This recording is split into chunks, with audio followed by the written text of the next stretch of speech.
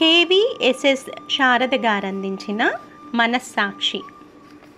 ప్రతి వారి జీవితంలోనూ ఎన్నో సమస్యలు ఎదురవుతుంటాయి. ఒక్కొక్కసారి దిక్కుతోచని స్థితి ఏర్పడుతుంది. అలాంటి సమయంలో సరైన మార్గం చూపించేది మనసే.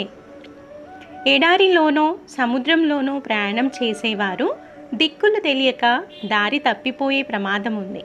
అలాంటి పరిస్థితి కలగకుండా దిక్సూచి అనే చిన్న యంత్రాన్ని ఉపయోగిస్తారు. ఏ వైపున ఏముందో సూచించడం దాని పని. మనస్సాక్షి సైతం అలాంటిదే. మనస్సాక్షి 3 రకాలు: నిర్ధారిత మనస్సాక్షి, అనుమానకర మనస్సాక్షి, సున్నిత మనస్సాక్షి అనేవి ఆ 3. తాను తీసుకున్న నిర్ణయం మంచిదా చెడ్డదా అనే సందేహ నివృత్తి చేసేది మొదటిది. మంచి చెడుల మధ్య భేదాన్ని తెలిపేది రెండోది. తీసుకునే నిర్ణయాల విషయంలో చాలా సూక్ష్మాంశాలను జాగ్రత్తగా గమనించి ఎరుకపరిచేది మూడోది. మనస్సాక్షి చెప్పేదాన్ని విని సరైన నిర్ణయాలు తీసుకునేవారు జీవితంలో నిబద్ధత కలవారవుతారు. మన గురించి మనకు తెలియజేయడం, మన లోపలి ఆలోచనల్ని భావాల్ని నిజాయితీగా ఉండేటట్లు నియంత్రించడం మనస్సాక్షి చేసే పని. అందుకే నీ ఆత్మ చెప్పినట్లు చేయడమే శ్రేయస్కరం అని సూక్తి. మనస్సాక్షి మంచి చెడులు రెండింటినీ విశ్లేషించి చెబుతుంది. చిత్రమైన విషయం ఏమిటంటే, అరిషడ్వర్గాలుగా పేర్కొనే కామ క్రోధాదులకు తలొగ్గి కాని మార్గంలో పయనిస్తుంటారు కొందరు. అందువల్ల చరిత్రలో కలంకితులుగా ముద్ర పొందుతారు.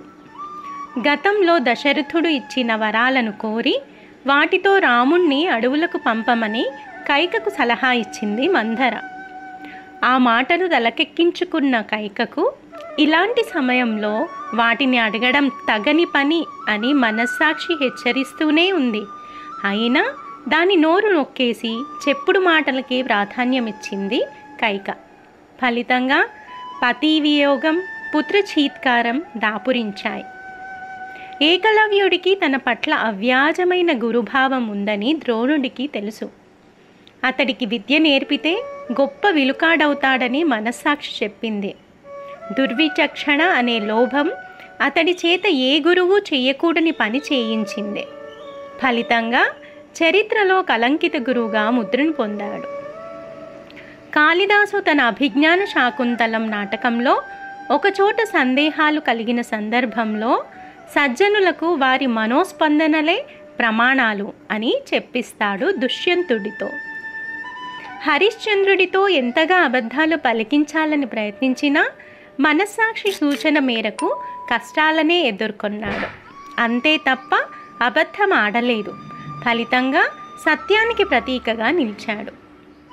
ఎవరెన్ని విమర్శలు చేసినా, అభ్యంతరాలు చెప్పినా ఎక్కువ మందికి మేలు జరుగుతుందని మనస్సాక్షి చెబితే వారందరి మాటలను తోసిపుచ్చేసి స్వతంత్రంగా ప్రవర్తించవచ్చునని రాజధర్మాలు చెబుతున్నాయి.